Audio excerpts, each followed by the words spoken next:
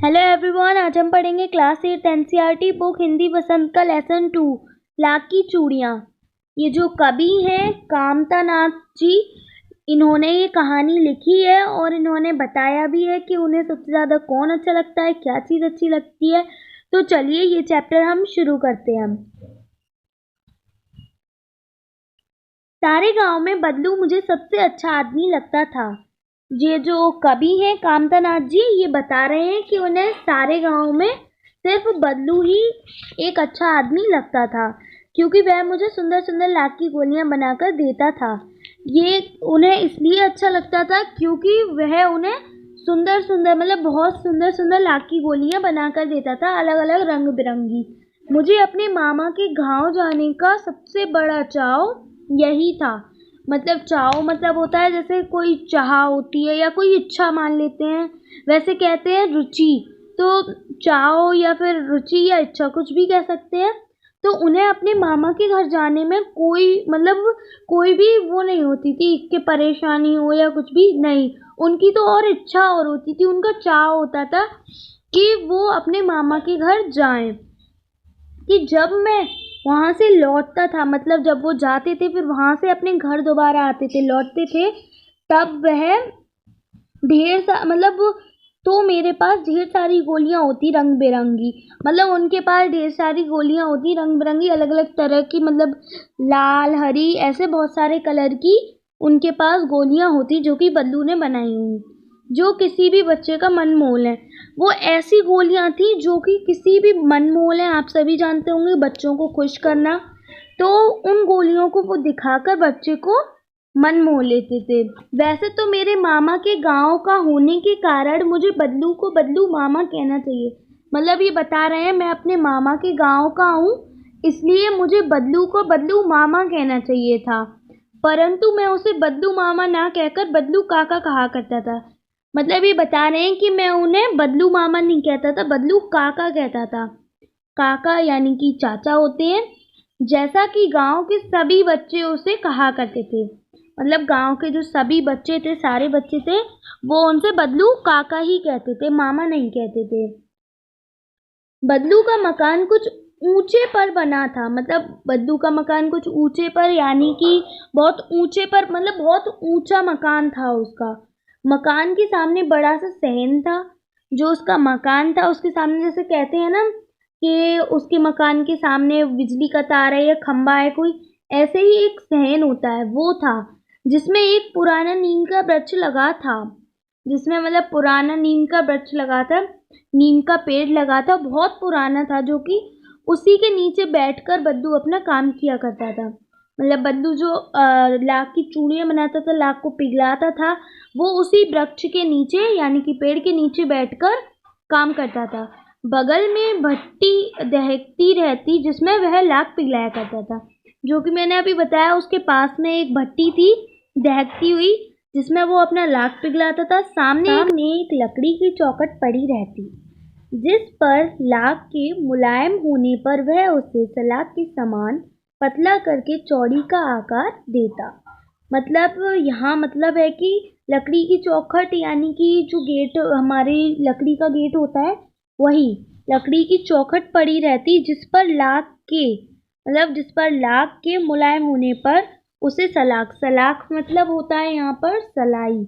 सलाई आप लोगों को पता ही होगा सलाई क्या होता है, जैसे धातु की छड़ भी बोलते हैं जिसे, वैसे सलाई ज़्यादा बेटर रहता है। तो मुलायम होने की जैसे सलाख होती है, उसी के समान सलाख पतली होती है, सलाई होती है जैसे बुनते हैं, तो उसी के समान पतला करके चौड़ी का आकार देता। पहले तो वो उसे पतला करता और फिर उसे थोड़ी चौड़ी करता। पास में 4-6 विभिन्न आकार की बेलनुमा मुगरियां रखी रहती, जो आगे से कुछ पतली और पीछे से मोटी होती। यहाँ पर मुगेरिया मतलब होता है जैसे गोल, कोई चीज गोल होती है, या फिर ये भी कह सकते हैं उसे मोटाईदार लकड़ी, जो कि बहुत मोटी लकड़ी होती है। मीनिंग है इसका जो ठोकने पीटने के काम आती है, जैसे कोई पेच वगैरह होता है उसे हम ठोकते हैं, तो वही कहने का मतलब है मुगरिया, यानी कि जो ठोकने पीटने के काम आए, और वो गोल होती है। तो वो कुछ आगे से तो पतली होती है, कुछ आगे से पतली होती है और पीछे से कुछ मोटी होती है। पतली आगे से मोटी और पीछे से पतली। ये चीज़ ध्यान रखनी है, जो मुगरिया होती है वो कुछ आगे से पतली होती है और पीछे से मोटी होती है। लाख की चूड़ी का आकार देकर वह उन्हें मुगरियों पर चढ़ाकर गोल और चिकना बनाता और तब एक एक कर पूरे हाथ की चूड़ियां बना चुकने के पश्चात वह उन पर रंग करता। मतलब जो लाख की चूड़ी का आकार होता था, पहले तो वो उसे देखता था, उन्हें मुगरियां पर चढ़ाकर गोल करता, गोल और चिकना बनाता। मतलब मैंने जो अभी बताया था मुगरी मतलब वो गोल, तो बस यही है। पहले उसे वो गोल करता, फिर चिकना बनाता और तब एक एक करके मतलब जब पूरे हाथ की चूड़ियां वो बना लेता, बना चुके के पश्चात, तब जब वो पूरे एक हाथ की चूड़ी बना लेता, तब वह उन पर रंग करता। अलग अलग तरह से मतलब रंग करता, कभी लाल तो कोई हरी तो कोई नीली तो कोई पीली, तो ऐसे वो रंग करता और फिर वह बेचता। बदलू यह कार्य सदा ही एक मचिए पर बैठकर किया करता था। मतलब ये बता रहे हैं कि बदलू जो था वो हमेशा सदा मतलब हमेशा मचिए पर बैठकर काम किया करता था। मतलब मचिए मतलब होता है बैठने के उपयोग में आने वाली सुतली आदि से बुनी छोटी चौकोर खाट। मतलब या फिर तो ये कह सकते हैं हम बैठने के उपयोग में आती है वो मचिया, या फिर ये भी कह सकते हैं बुनी हुई छोटी भी है और चौकोर, एकदम चौकोर खाट कह सकते हैं उसे। ओके, जो कि बहुत पुरानी थी, मीन्स बहुत बहुत बहुत पुरानी थी। यहाँ पर हमें एक चीज़ याद रखनी है, नीम का पेड़ और मचिया ये दोनों चीज़ें बहुत पुरानी बताई गई हैं, तो ये बहुत पुरानी है, ये आपके क्वेश्चंस में आ सकता है इसलिए। एंड आगे भी हम कुछ पढ़ सकते हैं पुरानी चीज़, तो ये चीज़ हमें याद रखनी है, मेन चीज़ होती है ये। बगल में ही उसका हुक्का रखा रहता जिसे वह बीच बीच में पीता रहता। मतलब उसके पास में ही उसका हुक्का रखा रहता जो कि वह बीच बीच में पीता रहता। जब वो थक जाता या फिर कोई काम खत्म हो जाता तो वह उसे पीता रहता। गांव में मेरा दोपहर का समय अधिकतर बदलू के पास बीतता। मतलब जो कवि हैं वो बता रहे हैं गांव में उनका जो दोपहर का समय था वो बदलू के ही पास बैठे रहते थे ज्यादातर दोपहर के टाइम में। वह मुझे लला कहा करता और मेरे पहुंचते ही मेरे लिए तुरंत एक मछिया मंगा देता। जो मतलब बदलू था वो कवि से लला कहकर बुलाता था और उनके पहुंचते ही वो अपने जैसा एक मछिया उनके लिए मंगा देता था। मैं घंटों बैठे बैठे उसे इस प्रकार चूड़ियां बनाते देखता रहता। मतलब जो मतलब वो कवि कह रहे हैं ये बात कि जब वो चूड़ियां बनाता था बदलू, तब वो उन्हें मतलब देखता रहता था और वह बहुत ध्यान से देखता था।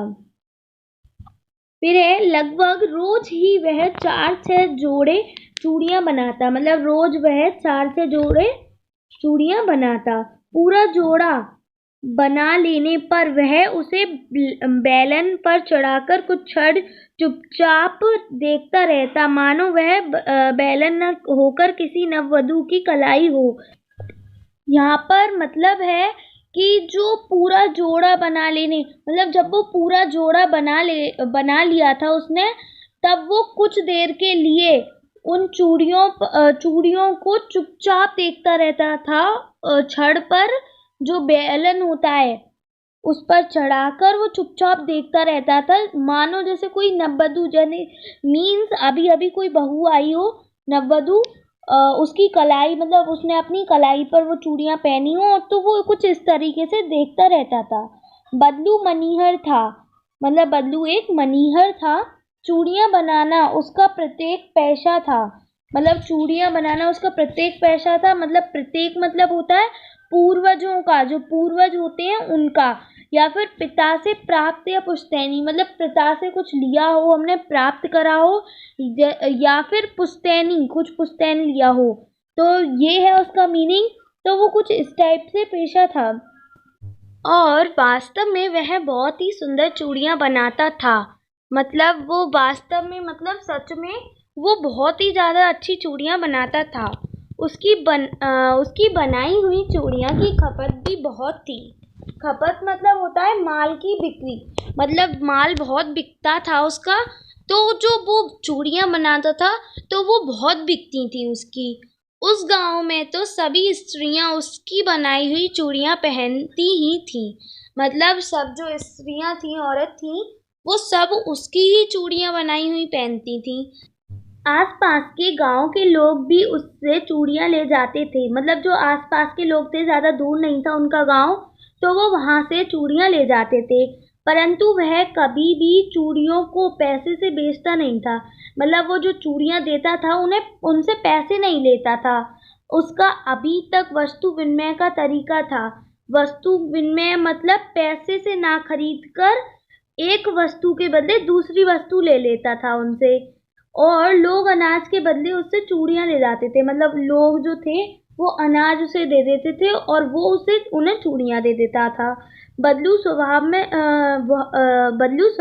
से बहुत सीधा था। मतलब बदलू जो था वो बहुत सीधा था, ना किसी से ज़्यादा बात करना, ना कुछ। मैंने कभी भी उसे किसी से झगड़ते नहीं देखा था। मतलब उन्होंने कभी भी उसे किसी से लड़ाई करते हुए नहीं देखा था। शादी विवाह के अवसरों पर वह अवश्य जिद पकड़ जाता था। मतलब कभी भी शादी विवाह होता था तो वह बहुत जिद पकड़ जाता था, मतलब जिद करने लगता था। अम, जीवन भर चाहे कोई उससे मुफ्त चूड़ियाँ ले जाए, परंतु विवाह के अवसर पर वह सारी कसर निकाल देता था। मतलब जीवन में कभी भी उससे कोई कुछ भी ले जाए, वो कुछ नहीं कहता था, पर जब शादी होती थी तो वो सारी कसर निकाल देता था। आखिर सुहाग के जोड़े का महत्व ही और होता है। मतलब जो सुहाग का जोड़ा होता है उसका महत्व बहुत और कुछ और ही होता है। मुझे याद है, मतलब उनको याद है, मेरे मामा के यहाँ किसी लड़की के विवाह पर जरा सी किस बात पर लड़ाई हो गई थी। मतलब बिगड़ गया था वो, मतलब लड़ाई हो गई थी। तो जब उसके मामा की यहाँ किसी लड़की की शादी थी, तो जो ये बल्लू था वो बिगड़ गया था। मतलब किसी से उसकी लड़ाई हो गई थी और फिर उसको मानने के में लोहे लग गए थे। मतलब उसे मनवाने के लिए लोहे लग गए थे। विवाह में ऐसी जोड़े का मूल्य इतना बढ़ जाता है कि उसके लिए उसकी घरवाली को सारे वस्त्र मिलते, ढेरों अनाज मिलता, उसको अपने लिए पगड़ी मिलती और रुपये जो मिलते सो अलग। मतलब जब विवाह का जोड़ा, मतलब विवाह होता था, तो उसे कभी मतलब घरवाली के सारे वस्त्र, मतलब जो घरवाली होती थी उसके उसे सारे वस्त्र मिल जाते थे, ढेर अनाज मिल जाता था खूब सारा, और उसके लिए पगड़ी मिलती, मतलब एक पगड़ी मिलती थी, और रुपये जो मिलते सो अलग, मतलब रुपये भी मिलते थे संग में उसे। यदि संसार में बंधु को किसी बात से चिढ़ थी तो वह थी कांच की चूड़ियों से। मतलब उसे संसार में किसी चीज से चिढ़ नहीं थी, सिर्फ और सिर्फ कांच की चूड़ियों से चिढ़ थी। यदि किसी भी स्त्री के हाथों में उसे कांच की चूड़ियां दिख जाती तो वह अंदर ही अंदर कुढ़ उठता और कभी कभी दो चार बातें भी सुना देता। मतलब किसी भी औरत के हाथ में अगर उसे कांच की चूड़ी दिख जाती पहनी हुई तो वो अंदर ही अंदर कुढ़ उठता। मतलब उसे बहुत गुस्सा आने लगती और वो कभी कभार तो दो चार बातें सुना देता, मतलब दो चार बातें कह देता उनसे, औरतों से। मुझसे तो वह घंटों बातें किया करता। मतलब जो कवि हैं वो कह रहे हैं कि मुझसे जो बदलू था वो बहुत घंटों बातें करता रहता। कभी मेरी पढ़ाई के बारे में पूछता, कभी मेरे घर के बारे में, और कभी यूं ही शहर के जीवन के बारे में। मतलब जो कवि हैं वो बता रहे हैं कि कभी तो वो मेरी पढ़ाई वगैरह के बारे में पूछता रहता, कभी मेरे घर के बारे में, मतलब घर के लोग वगैरह कैसे हैं या कुछ भी, या फिर कभी शहर के जीवन के बारे में। मैं उससे कहता कि शहर में सब कांच की चूड़ियां पहनते हैं। मतलब उसे तो वैसे भी कांच की चूड़ियों से चिढ़ थी, पर वो लेखक, जो कवि हैं वो कह रहे हैं कि शहर में सब कांच की चूड़ियां पहनते हैं। मतलब उसने पूछी थी ना शहर के जीवन के बारे में, तो वो बता रहे हैं। तो वह उत्तर देता, बल्लू मतलब उत्तर देता, शहर की बात और है लला, वहाँ तो सभी कुछ होता है। मतलब यहाँ पर जो बल्लू है वो कह रहा है कि शहर की बात तो और है लला, वहाँ तो सभी कुछ होता है। मतलब वहाँ पर सब होता है, यहाँ पर नहीं होता। वहाँ तो औरतें अपने मर्द का हाथ पकड़कर सड़कों पर घूमती भी हैं। मतलब ये जो बल्लू है वो कह रहा है कि वहाँ जो शहर है वहाँ पर तो औरतें अपना मर्द का हाथ पकड़ कर घूमती हैं, और फिर उनकी कलाइयाँ नाजुक होती हैं इसलिए। ना लाख की चूड़ियाँ पहने तो मोच ना आ जाए, मतलब अगर लाख की चूड़ियाँ पहने तो मोच ना आ जाए, मतलब वो जो कवि हैं वो कह रहे हैं कि ना लाख की चूड़ियाँ अगर वो पहनेंगी तो उनके मोच ना आ जाएगी। कभी कभी बदलू मेरी अच्छी खासी खातिर भी करता, मतलब जो कवि हैं वो कह रहे हैं कि बदलू मेरी बहुत अच्छी खासी खातिरदारी भी करता। जिन दिनों उसकी गाय के दूध होता वह सदा मेरे लिए मलाई बचा कर रखता, और आम की फसल में तो, मतलब ये बता रहे हैं कवि जो हैं कि जिन दिनों, मतलब उसकी जब गाय के दूध होता, जब गाय का दूध होता तो वो उसके लिए मलाई बचा कर रखता कवि के लिए, और आम की फसल में तो मैं रोज ही उसके यहाँ से 2-4 आम खा आता। मतलब ये जो कवि हैं ये बता रहे हैं कि जब उसके घर पे मतलब आम की वो होती फसल होती तो वो 2-4 चुपके से आम खा आते। परंतु इन सब बातों के अतिरिक्त जिस कारण वह मुझे अच्छा लगता वह यह था कि लगभग रोज ही वह मेरे लिए 1-2 गोलियां बना देता। मतलब वो बता रहे हैं कि मुझे सिर्फ वो इसलिए अच्छा लगता कि वो मेरे लिए 1-2 गोलियां बना देता रोज, लगभग रोज ही। मैं बहुधा हर गर्मी की छुट्टी में अपने मामा के यहाँ चला जाता। मतलब वो बहुधा मतलब अकेले, बहुधा मतलब होता है अकेले, तो वो अकेले ही 2-4 मतलब गर्मियों की छुट्टी जब पड़ती हैं तो वो अपने मामा के घर चले जाते और एक आध महीना वहाँ रहकर स्कूल खुलने के समय तक वापस आ जाते। मतलब एक आध महीना वहाँ पर रह लेते और फिर जब स्कूल खुलने का समय आ जाता तब वो वहाँ से वापस आ जाते। परंतु 2-3 बार ही मैं अपने मामा के यहाँ गया हूँ, मतलब 2-3 बार ही वो अपने मामा के घर गए हैं। तभी मेरे पिता की एक दूर के शहर में बदली हो गई। मतलब जो उनके पिताजी थे उनकी दूर की शहर से बदली हो गई, और जो एक लंबी अवधि तक मैं अपने मामा के गांव ना जा सका। मतलब उनकी बदली हो गई थी इसलिए वो अपने मामा के गांव नहीं जा सके। तब लगभग 8-10 वर्षों के बाद जब मैं वहां गया तो इतना बड़ा हो चुका था कि लाख की गोलियां में मेरी रुचि नहीं रह गई थी। मतलब वो जब 8-10 वर्ष के बाद गए थे वहाँ अपने मामा के यहाँ, तब वो इतने बड़े हो चुके थे कि उनकी लाख की गोलियां थी वो उनकी रुचि नहीं कर, मतलब रुचि नहीं रह गई। मैंने बताया था रुचि मतलब होता है कोई इच्छा, मतलब उनकी इच्छा नहीं रह गई थी। अतः गांव में होते हुए भी कई दिन तक मुझे बदलू का ध्यान न आया। मतलब गांव में ही वो थे, कभी जो थे वो गांव में ही थे, पर फिर भी वो बदलू को भूल सा गए थे, उन्हें ध्यान ही नहीं आया। इस बीच मैंने देखा कि गांव में लगभग सभी स्त्रियां कांच की चूड़ियां पहने हैं। मतलब उन्होंने इसी बीच में देखा कि गांव में सारे लोग, मतलब सभी ज्यादातर औरतें कांच की चूड़ी पहनी है, बदलू की लाख की चूड़ियां नहीं पहनी है। बिरले ही हाथों में मैंने लाख की चूड़ियां देखी। मतलब उन्होंने सिर्फ बिरले ही लाख की चूड़ियां देखी, ज्यादातर उन्होंने तो सिर्फ और सिर्फ कांच की चूड़ियां देखी। तब एक दिन सहसा मुझे बदलू का ध्यान हो आया। मतलब उन्हें एक दिन बदलू का ध्यान आ गया। बात यह हुई कि बरसात में मेरे मामा की छोटी लड़की आंगन में फिसलकर गिर पड़ी और उसके हाथ की कांच की चूड़ी टूटकर उसकी कलाई में घुस गई और उससे खून बहने लगा। मतलब बात ये हुई थी कि उसकी जो मामा की छोटी लड़की थी वो आंगन में फिसल कर गिर गई। मतलब आंगन में पानी वगैरह पड़ा था तो वो फिसल कर गिर गई और उसके हाथ की कांच की चूड़ी, मतलब वो हाथ में कांच की चूड़ी पहनी थी तो टूटकर उसकी जो कलाई थी, हाथ की कलाई थी, उसमें घुस गई और उसके हाथ में से खून बहने लगा। मेरे मामा उस समय घर पर नहीं थे। मतलब उसके जो मामा थे वो उस समय घर पर नहीं थे। मुझे ही उसकी मरहम पट्टी करनी पड़ी, मतलब दवाई वगैरह लगानी पड़ी, इंजेक्शन वगैरह लगाना पड़ा। तभी सहसा मुझे बदलू का ध्यान हो आया। मतलब तभी उन्हें बदलू का ध्यान आ गया कि हाँ बदलू है। और मैंने सोचा कि उससे मिल आऊं। मतलब फिर उन्होंने सोचा कि मैं उससे मिल आऊं। अतः शाम को मैं घूमते घूमते उसके घर चला गया।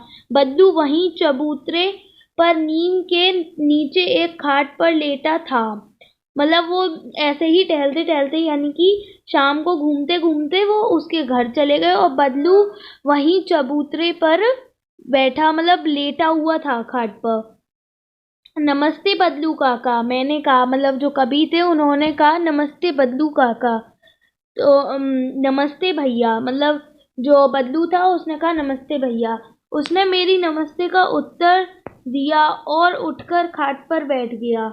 उसने मतलब नमस्ते का उत्तर दिया और वो खाट पर बैठ गया, परंतु उसने मुझे पहचाना नहीं और देर तक मेरी ओर निहारता रहा। मतलब उसने उन्हें पहचाना नहीं, बदलू ने उन्हें पहचाना नहीं और उनकी तरफ ऐसे ही निहारते रहे, मतलब देखते रहे बहुत देर तक। मैं हूँ जनार्दन काका, मतलब मैं हूँ जनार्दन काका। उसने कहा कि मैं हूँ जनार्दन काका, आपके पास से गोलियां बनवा कर ले जाता था। मैंने अपना परिचय दिया, मतलब उस सब चीज उसने बताई, पुरानी यादें। बदलू फिर भी चुप रहा। बदलू जो था वो एकदम चुप रहा, मानो वह अपने स्मृत पटल पर अतीत के चित्र उतार रहा हो। और तब वह एकदम बोल पड़ा, आओ आओ लल्ला बैठो, बहुत दिन बाद गांव आए।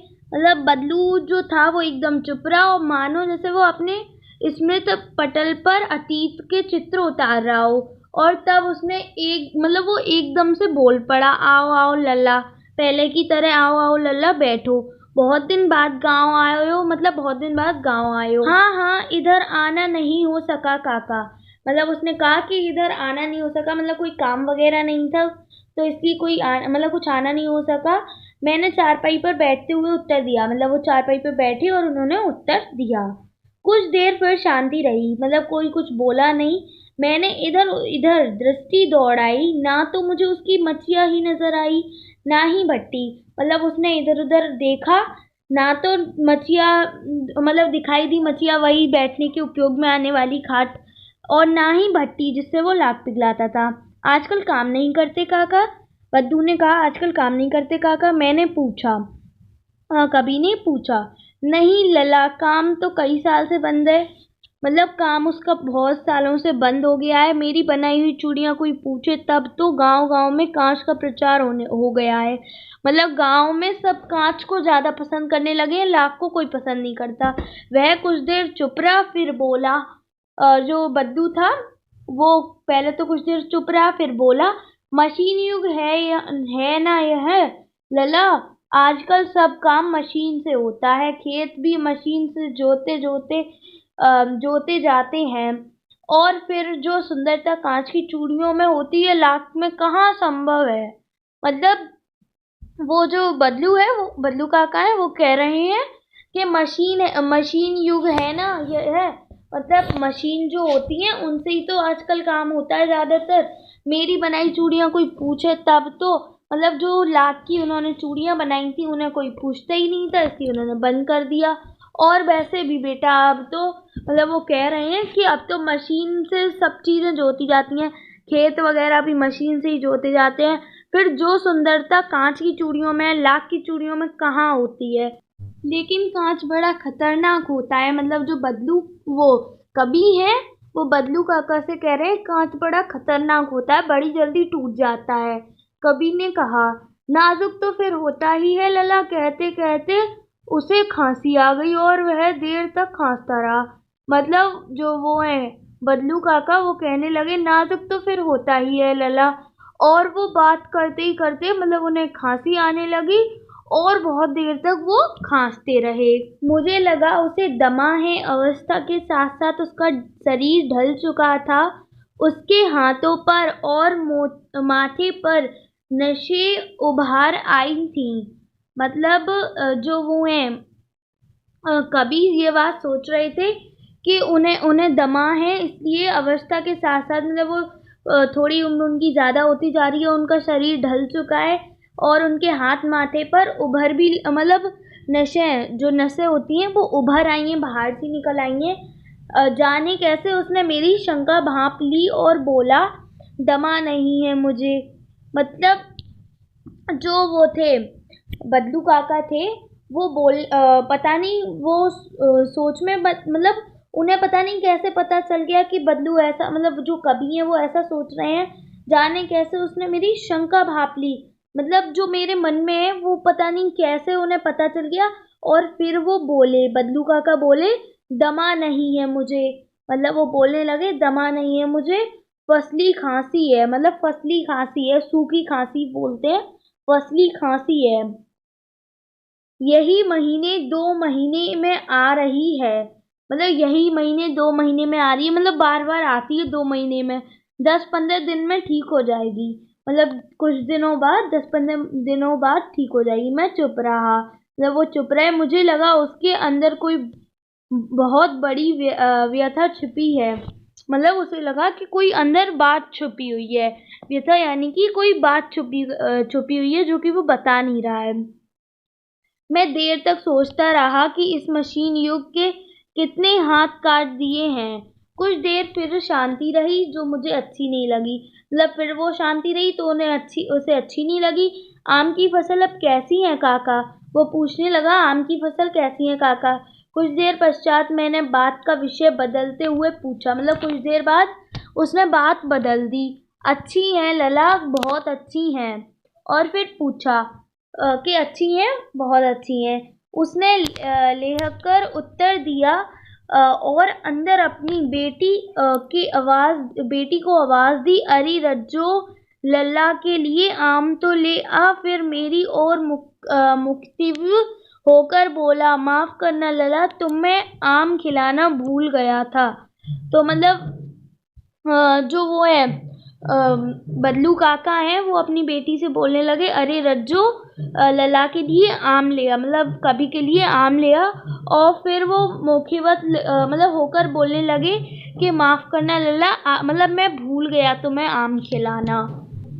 वो कहने लगे, नहीं नहीं काका, आम तो इस साल बहुत खाए हैं। मतलब आम उन्होंने इस साल बहुत खाए हैं। वाह वाह, बिना आम खिलाए कैसे जाने दूंगा तुमको। वो कहने लगे, वाह वाह, बिना आम खिलाए तुम्हें कैसे जाने दूंगा। मैं चुप हो गया। मुझे वे दिन याद हो आए जब वह मेरे लिए मलाई बचाकर रखता था। मतलब उन्हें वो दिन याद आने लगे जब वो उनके लिए मलाई बचाकर रखते थे। गाय तो अच्छी है ना काका? कभी बोले, गाय तो अच्छी है ना काका? मैंने पूछा। गाय कहाँ है लला? मतलब 2 साल हुए बेच दी। उन्होंने कहा, गाय कहाँ है? अब 2 साल हो गए, उन्होंने किसी और को मतलब बेच दी, दे दी। कहाँ से खिलाता? मतलब कहाँ से खिलाता? इतने में रज्जो, उसकी बेटी, अंदर से एक डलिया में ढेर से आम ले आई। है तो बहुत है काका, इतने कहाँ खा पाऊंगा? मैंने कहा।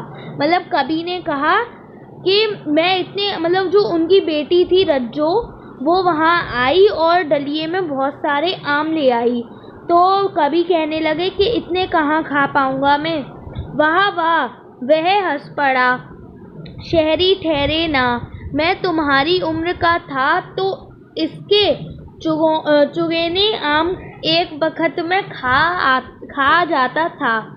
तो वो जो बदलू काका था, वो कहने लगा, वाह वाह, वह हंस पड़ा। मतलब बहुत जोर से वो हंस पड़ा और कहने लगा, शहरी ठहरे ना, मैं तुम्हारी मतलब वो जब कवि के उम्र के थे तब इससे चुगेने आम बखत खा लेते थे।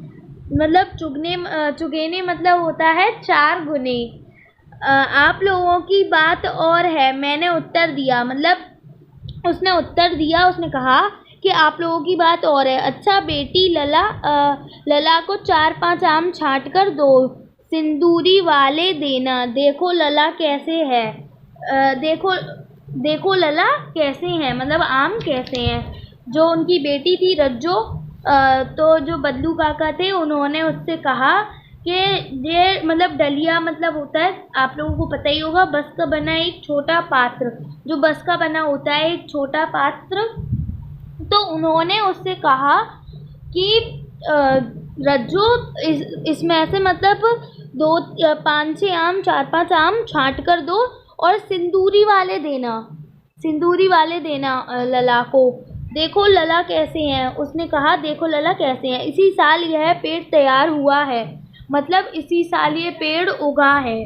रज्जो ने 4-5 आम अंजलि में लेकर मेरी ओर बढ़ा दिए। आम लेने के लिए मैंने हाथ बढ़ाया तो मेरी निगाह एक क्षण के लिए उसके हाथों पर ठिठक।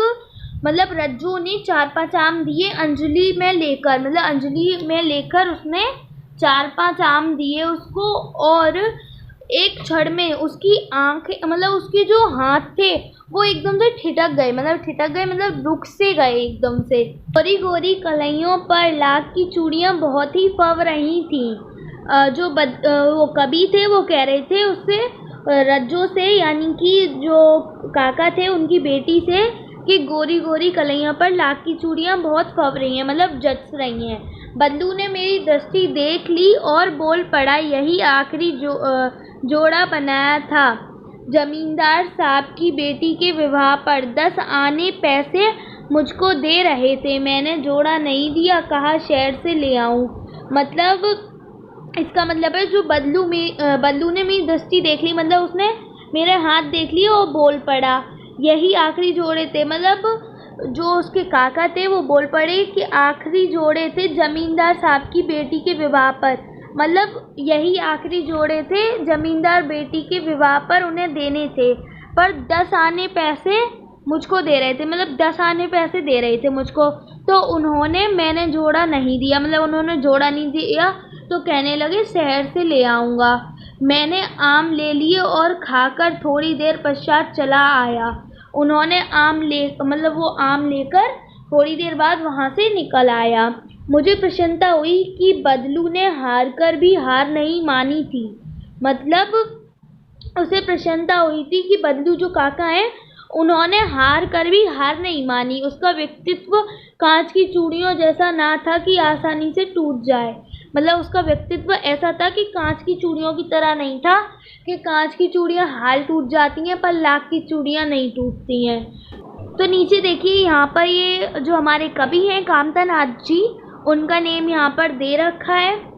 तो ये जो कामता नाथ जी हैं इन्होंने ये कहानी पूरी लिखी है, और आपको अगर कहानी अच्छी लगी हो तो प्लीज़ लाइक करिएगा और मेरी वीडियो को शेयर करिएगा और ज़्यादा से ज़्यादा कमेंट ज़रूर करिएगा ताकि मुझे पता चले कि आपको वीडियो कैसी लगी। इसके क्वेश्चन आंसर्स दे रखे हैं। बचपन में लेकर अपने मामा के गांव गांव में चाव से क्यों जाता था, तो यहाँ पर हमें सारे क्वेश्चन आंसर्स बताने हैं। तो जो मेरी नेक्स्ट वीडियो होगी उसमें मैं आपको ये सारे क्वेश्चन आंसर्स बताऊंगी। टोटल इसके 5 क्वेश्चन आंसर्स हैं, और नीचे यहाँ पर शब्दार्थ भी दिए गए हैं, तो मैं ये भी बताऊंगी। तो अभी के लिए सिर्फ इतना ही। मेरी नेक्स्ट वीडियो देखने के लिए मेरे चैनल को सब्सक्राइब कर लीजिए और एक बेल आइकन आएगा उस पर भी क्लिक कर दीजिएगा ताकि जो मेरी नेक्स्ट वीडियो होगी उसका नोटिफिकेशन आपके पास पहुंच जाएगा। तो अभी के लिए सिर्फ इतना ही। Thanks for watching this video and bye friends, stay happy and safe.